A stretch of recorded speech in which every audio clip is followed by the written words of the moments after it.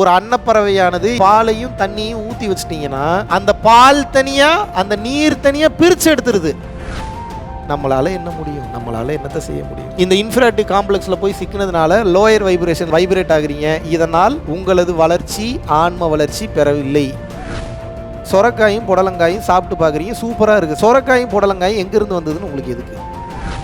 நீங்கள் சும்மா ஒரு 10 நிமிஷம் இருந்து பாருங்கள். ஏதோ ஒன்று வேலை செய்ய தோணும், டிவி பார்க்க தோணும், ஃபோன் நோண்ட தோணும். சும்மா இருக்க தோணுதா உங்களுக்கு? உங்கள் மனம் இப்போது எப்படி ஆகிவிட்டது என்றால், சந்தோஷமாக இருக்கும்போது என்ன பிரச்சனை வந்து வரப்போதோ தெரியல, எடுத்து இவ்வளோ ஆனந்தமாக இருக்குது தோணுதா தோணலையா? இதை தெரிஞ்சுக்கிட்டா தான் சந்தோஷம்னு எம்டியாக ஜீரோவாக இருந்த ஹார்ட் டிஸ்கில் அன்கண்டிஷனலாக நிறைய கண்டிஷன்ஸ் எழுதிட்டீங்க. வேணும்னு சொல்லும் போது என்ன ஆகுது? ஸ்ட்ரெஸ் ஆகுது. ஏன்? பிடிச்சி வைக்கிறீங்க. இப்போ கண்டிஷன் இப்போ மாற்றி எழுதுங்க. வரலாம், வராமையும் போகலாம், லாம் மட்டும் எல்லாத்தையும் ஆட் பண்ணிக்கோங்க. வாழ்க்கை சூப்பராகிடும்.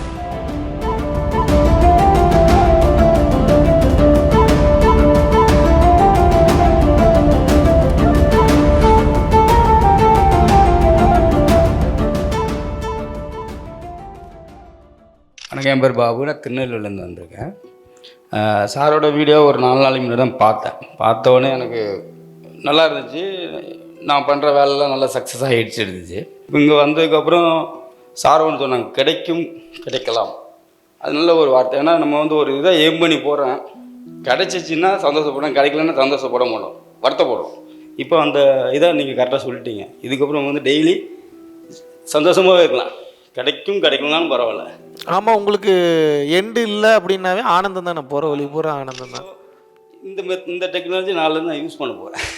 அவ்வளோதான். இது ஒன்றை மட்டும் இவர் ஆழமாக புரிஞ்சுக்கிட்டாருனாவே முடிஞ்சு. வாழ்க்கையில் வேறு எதுவும் புரிஞ்சுக்கிறதுக்கு எதுவுமே இல்லை. அவ்வளோதான், கிளியராக புரிஞ்சுக்கிட்டீங்க. நல்ல ஒரு கிளாப் பண்ணிடலாம். ஆழமான புரிதல்.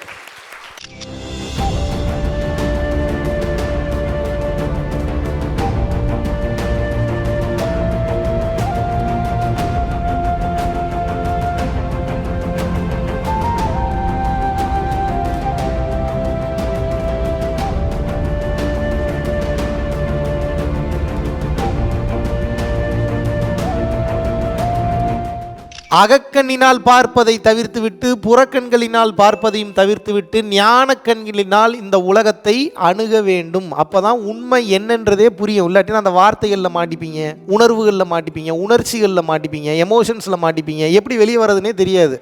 ஞானக்கண்ணில் பார்க்கணும். ஞானக்கண்ணா என்ன? ஒரு அன்னப்பறவையானது எப்படி வந்து அதுக்கு வந்து குடிக்கிறதுக்கு பாலையும் தண்ணியும் ஊற்றி வச்சிட்டிங்கன்னா, ஒன்றா கலந்து வச்சிட்டிங்கன்னா நீங்கள் என்ன பண்ணுவீங்க? டிகாசன் போட்டு சர்க்கரை போட்டு டீ குடிச்சிருவீங்க. அன்னப்பறவை என்ன பண்ணுது பாருங்கள், அந்த பால் தனியாக அந்த நீர் தனியாக பிரித்து எடுத்துருது. அப்படின்னா என்ன அர்த்தம்? பாலை மட்டும் குடிச்சிடும், தண்ணி உள்ளுக்குள்ளே அப்படியே தான் இருக்குது. இது எப்படிங்க இது? இந்த அன்னப்பறவையினால் எப்படி இதை செய்ய முடிகிறதோ அதுபோல் இறைவன் உங்களுக்கு கொடுக்கக்கூடிய இந்த அனுபவங்களில் நல்ல அனுபவம் கெட்ட அனுபவம் உங்கள் அறிவுக்கு தகுந்த மாதிரி சொல்கிறேன். ஆக்சுவலாக அந்த உலகத்தில் கெட்ட அனுபவம்னு ஒன்று இல்லை, எல்லாமே நல்ல அனுபவம் தான். தெரியுமா உங்களுக்கு? ஒரு மாடு வந்து என்னை முட்டிருச்சு, என் ஃப்ரெண்டையும் முட்டிருச்சு. என் ஃப்ரெண்டு என்ன எடுத்துக்கிறான், இத்தனை கோயிலுக்கு கிடா வெட்டியிருக்கோம், ஒரு கடவுள் கூட என்னை வந்து காப்பாற்றலேன்னு நினைக்கிறான். நான் என்ன நினைக்கிறேன், எந்த கோயிலுக்கு கிடா வெட்டல, ஆனால் இந்த மாடு வந்து என்ன முட்டியிருக்கே, அப்போ எனக்கு தானே ஆசீர்வாதம் பண்ணியிருக்கு நான் நினைக்கிறேன். இப்போ எனக்கு வலிக்குமா அவனுக்கு வலிக்குமா? நியாயப்படி டெக்னிக்கலி 2 பேருக்கும் வலிக்கும். ஏன்னா 2 பேரும் முட்டு வாங்கியிருக்கோம். அந்த வலியை விட்டுருங்க, அது கொஞ்சம் நேரத்தில் போயிடும். சயின்டிஃபிக்கலி மனவலி எனக்கு அதிகமாக அவனுக்கு அதிகமாக? ஒவ்வொருத்தனும் தனக்கு நடக்கக்கூடிய ஒவ்வொரு கஷ்டத்துக்கும் இப்படி பாசிட்டிவாக ஒரு பதிலை சொல்லிட்டேன்னா வலிக்குமா? அப்போ ஏன் இவ்வளோ நாள் உங்களுக்கு வலிச்சுது? என் தலையெழுத்து, எங்கள் அப்பன் பெற்ற நேரம், எங்கள் அம்மா அன்னைக்கே சொன்னா, இல்லை நீ வந்த நேரத்தில் தான்டா பூரா போச்சுன்னு அப்படியே பதிஞ்சு பதிஞ்சு பதிஞ்சு பதிஞ்சு பதிஞ்சு இப்போ எப்படி ஆக ஆரம்பிச்சிருச்சுன்னா, இப்போ உங்களை கண்டாலே, உங்களை நீங்கள் நினச்சிங்கனாலே பாதி பேர் தான் கெத்தாக நினைக்கிறீங்க. முக்கால்வாசி பேர் இன்ஃபீரியாரிட்டி காம்ப்ளெக்ஸ். அப்படின்னா என்ன? நம்மளால் என்ன முடியும்? நம்மளால் என்னத்தை செய்ய முடியும்? நம்மளால் என்ன சாதிக்க முடியும்? இந்த இன்ஃபீரியாரிட்டி காம்ப்ளெக்ஸில் போய் சிக்கினதுனால லோயர் வைப்ரேஷன் வைப்ரேட் ஆகுறீங்க. இதனால் உங்களது வளர்ச்சி ஆன்ம வளர்ச்சி பெறவில்லை. இன்னும் பல உடல்களை எடுக்க வேண்டும். யாரெல்லாம் அடுத்த கட்டம் போயிடுறான்? நைட்டு போர்வையை போத்திட்டு தூங்குறத விட எவன் ஒருத்தன் பிரச்சனையை போத்திட்டு தூங்குறானோ, வாடா பார்த்துக்கலாம் நாளைக்கு என்ன பிரச்சனை, அடுத்து அந்த பிரச்சனைக்கு ஐடியா பண்ணி முன்னாடியே சொல்யூஷனை ரெடி பண்ணுறான் பாருங்க, அவன் தான் வாழ்க்கையில் எல்லாத்தையும் ஜெயிச்சு போகிறான். யார் மாஸ்டர்ஸாக இருக்காங்க? பிரச்சனையை சால்வ் பண்ணவன் தானே மாஸ்டர்ஸாக இருக்க முடியும். நீங்கள் ஏன் ஒருத்தர் குருன்றீங்க, ஒருத்தர் ஏன் மாஸ்டர்ன்றீங்க? உங்களால் தீர்க்க முடியாத ஒரு பிரச்சனைக்கு, அது எந்த பிரச்சனையாக இருந்தாலும் சரி, மிக சுலபமாக, ரொம்ப எளிமையாக, ரொம்ப வேகத்தில் அந்த பிரச்சனையை தீர்த்தும் காட்டுறாரு, மற்றவங்களுக்கு தீர்த்தும் வைக்கிறாரு. அதனால் அவர் யார்? மாஸ்டர், குரு, ஆசான், டீச்சர். ஒரு டீச்சர் டீச் பண்ணுறாங்கன்னா டீச் பண்ணுறத டீச்சர் ஃபாலோ பண்ணணும்னு அவசியம் இல்லை.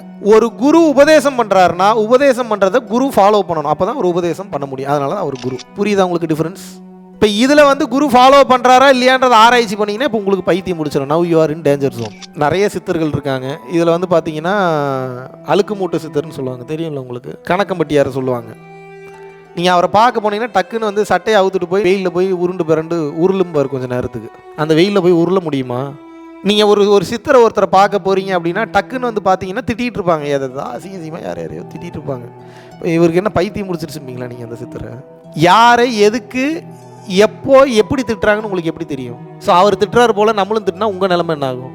இதனால் தான் சொல்வது ரிஷி மூலம் நதி மூலம் ஒருபோதும் பார்க்கக்கூடாது. நீங்கள்லாம் பயணத்தில் இருக்கீங்க. குருநிலையை அடைந்தவரே குருநிலையை தக்க வச்சுக்கணும் அப்படின்னா அவர் ரிஷி மூலம் நதி மூலம் பார்க்காம அவர் பயணம் பண்ணணும். அவரை பின்பற்றி வர்றவங்க அவங்க ரிஷி மூலம் நதி மூலம் பார்க்காம பின்பற்றி வரணும். இப்படி பின்பற்றி வந்தால் ஒழிய பிறவி கடலை கடப்பது என்பது அரிதான ஒரு காரியம். உண்மையே இப்போ 10 நிமிஷத்தில் சொல்லி கொடுத்துட்டேன். ஒன்றும் இல்லை, எல்லாம் அவன் தான். கையை தூக்கிட்டு சரண்டர் ஆயிருங்கன்ட்டேன். அவ்வளோதான், முடிஞ்சு. என் வேலை முடிஞ்சுது. ஆனால் பிரச்சனை எங்கே வரும்? நாளைக்கு நான் சொல்லி கொடுத்ததவே சந்தேகப்பட வைக்கும். வேறு யாரும் வேணாம், உங்கள் மைண்டே ஓன் மைண்டு போதும். இதை பண்ணணுமா, இதை செய்யணுமா, இது அவசியமா, இது அவசியம் இல்லை. நான் என்ன சொல்கிறேன் அப்படின்னா, சொரக்காய் வேணும்னு ஆசைப்பட்றீங்க, புடலங்காய் வேணும்னு ஆசைப்பட்றீங்க. சொரக்காயும் புடலங்காயும் சாப்பிட்டு பார்க்குறீங்க, சூப்பராக இருக்குது, சமைச்சு சாப்பிட்றீங்க. சொரக்காயும் புடலங்காயும் எங்கேருந்து வந்ததுன்னு உங்களுக்கு எதுக்கு? இப்போ உங்களுக்கு என்ன வேணும்? சொரக்காய் குழம்பு வேணும், புடலங்காய் கூட்டு வேணும்னு கேட்குறீங்க. இறைவன் சொரக்காயும் புடலங்காய் கூட்டையும் கொடுத்துட்டாரு. பசியும் தீந்துருச்சு, சாப்பிட்டு இருந்துருச்சு, போய் அடுத்த வேலையை பார்க்க வேண்டியதுன்னு. இந்த புடலங்காய் எங்கேருந்து குருஜி வந்தது, எப்படி வந்தது குருஜி, இது எதுக்கு உங்களுக்கு? இப்போ நான் இதுக்கு ஒரு விளக்கம் ஒன்று கொடுக்குறேன்னு வச்சுக்கோங்க. நீங்கள் எதை கொண்டு போய் கனெக்ட் பண்ணுவீங்க? நல்லது கேட்டதோட கனெக்ட் பண்ணுவீங்க. இப்போ நாங்கள் பார்க்குற நல்லது கேட்டது வேறு, நீங்கள் பார்க்குற நல்லது கேட்டது வேறு. இப்போ நீங்கள் எப்படி கால்குலேட் பண்ணி பார்த்தீங்கன்னாலும் புடலங்காயும் சொரக்காயும் வந்தது தப்புன்னு தெரியும். ஆனால் இறைவனுடைய பாதையில் சரின்னு தெரியும். இப்போ உங்களுக்கு இதுக்கு நான் நல்லது கேட்டது சொல்லி கொடுத்து இப்போ உங்களை நான் பாதையை பின்பற்ற வைக்க முடியுமா? இதனால தான் முக்கால்வாசி விஷயங்களை வெளிப்படையாக குருமார்கள் சொல்லுவதில்லை. நீ இதை செய், இது நடக்கும், அவ்வளோதான். ஏன்? மைண்ட் அப்புறம் கேள்வி கேட்கும். கேள்வி கேட்டுச்சுன்னா பதில் கொடுத்து ஆஃப் பண்ண தெரியணும். ஆஃப் பண்ண தெரியுதா நமக்கு? நம்ம மைண்டு கேள்வி கேட்டுச்சுன்னா பதில் கொடுத்து ஆஃப் பண்ண தெரியுதா?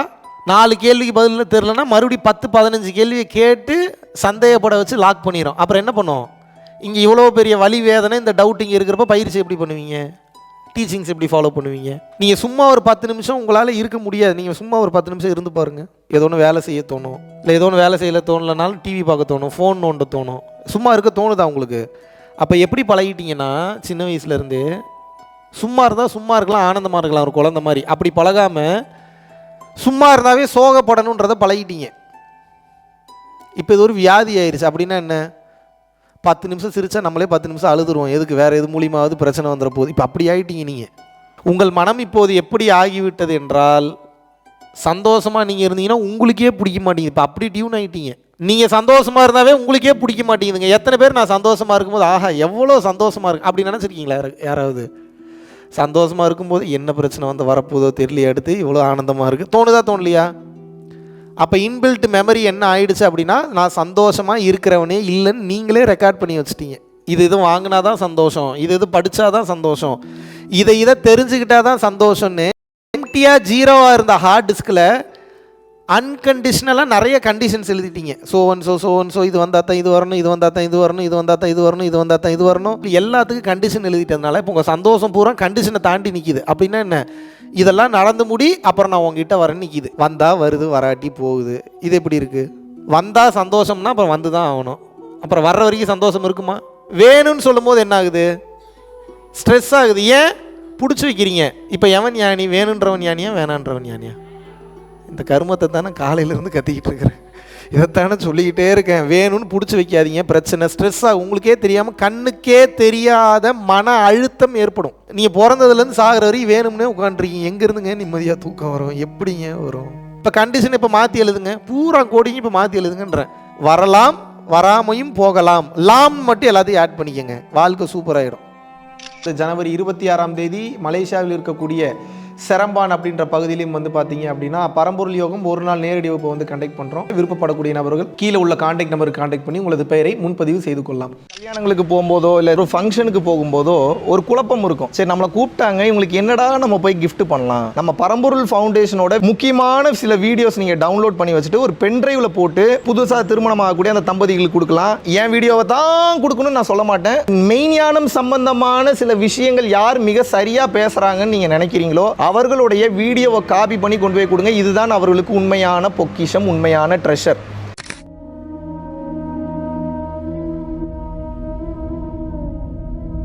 பரம்பொருளின் கருணையினால உங்களுடைய இடைவிடாத அன்னதானத்திற்கு நீங்கள் அனுப்பப்பட்ட பணத்தின் மூலியமாக பல லட்சம் உயிர்களுக்கு இது நாள் வரைக்கும் வந்து சாப்பாடு கொடுத்துருக்கோம். ஸோ கொரோனாலேருந்து ஆரம்பித்து ஒரு நாள் கூட விடாமல் பல உயிர்களுக்கு வஸ்திர தானங்களாக இருக்கட்டும், படிக்க முடியாதவங்களுக்கு கல்வித்தொகை கட்ட முடிய விஷயங்களாக இருக்கட்டும், இல்லை ஸ்போர்ட்ஸ் ரீதியாக விளையாடக்கூடிய நல்ல மாணவர்களை அனுப்பி வைக்கக்கூடிய விஷயங்களாக இருக்கட்டும், அதை தொடர்ந்து வந்து பார்த்தீங்கன்னா ரெகுலராக மந்த்லி பேசிஸில் ஏழை குழந்தைகளுக்கு க்ரோசரிஸ் கொடுக்கறதாக இருக்கட்டும், இல்லை அவங்களுக்கு வந்து பார்த்தீங்கன்னா சேம் அவங்க விருப்பப்படுறவங்களுக்கு வீட்டு துணிமணிகள், வீட்டுக்கு தேவைப்படக்கூடிய மற்ற பொருட்கள் வாங்கி கொடுக்கறதாக இருக்கட்டும், எல்லா உதவிகளும் வந்து பார்த்தீங்கன்னா உங்களோட உதவினால தான் போயிட்டு இருக்கு. சாது சிதம்பர சுவாமிகள் வளநாட்டார் வந்து ஒரு வார்த்தை சொல்லுவார், பசித்தோர் முகம்பார் பரம்பொருள் அருள் கிட்டும் அப்படின்னு வந்து சொல்லுவார். வள்ளல் பெருமானும் ஜீவகாருண்யம் உள்ள சம்சாரிகளுக்கு எப்பேற்பட்ட சூழ்நிலையிலும் வந்து பார்த்தீங்கன்னா அவங்களோட லாபம் தடைபடாது, தொழில் பிரச்சனைகள் வந்து நிவர்த்தியாகும், அதை தொடர்ந்து வந்து வாழ்க்கையில குடும்ப பிரச்சனைகள் விலகும், அதுபோக குழந்தை சம்பந்தமான பிரச்சனைகள் எதுவாக இருந்தாலும் வந்து இந்த அன்னதானத்திற்காக நீங்கள் செய்யக்கூடிய ஒவ்வொரு ரூபாயும் அது வந்து உங்களுக்கு நிச்சயமாக புண்ணியமாக வந்து சேரும். புண்ணியத்தை கடந்த நிலையில் முக்தி பாதைக்கும் அது நிச்சயமாக உங்களை வழிநடத்தும். அதனால விருப்பப்படுறவங்க நம்மளுடைய பரம்பொருள் அறக்கட்டளையினுடைய சேரிட்டி ஆக்டிவிட்டீஸ்க்கு தங்களுடைய விருப்பப்படக்கூடிய நன்கொடையை கீழே உள்ள டெஸ்கிரிப்ஷன்ல இருக்கக்கூடிய அக்கௌண்ட் நம்பருக்கு செலுத்தலாம். இதற்குண்டான அந்த அருளை சித்தர்கள் உங்களுக்கும் உங்கள் குடும்பத்தாருக்கும் வழங்க வேண்டுகிறேன். குருவின் பரிபூர்ண அருளாசிகள். குரு கடாட்சம்.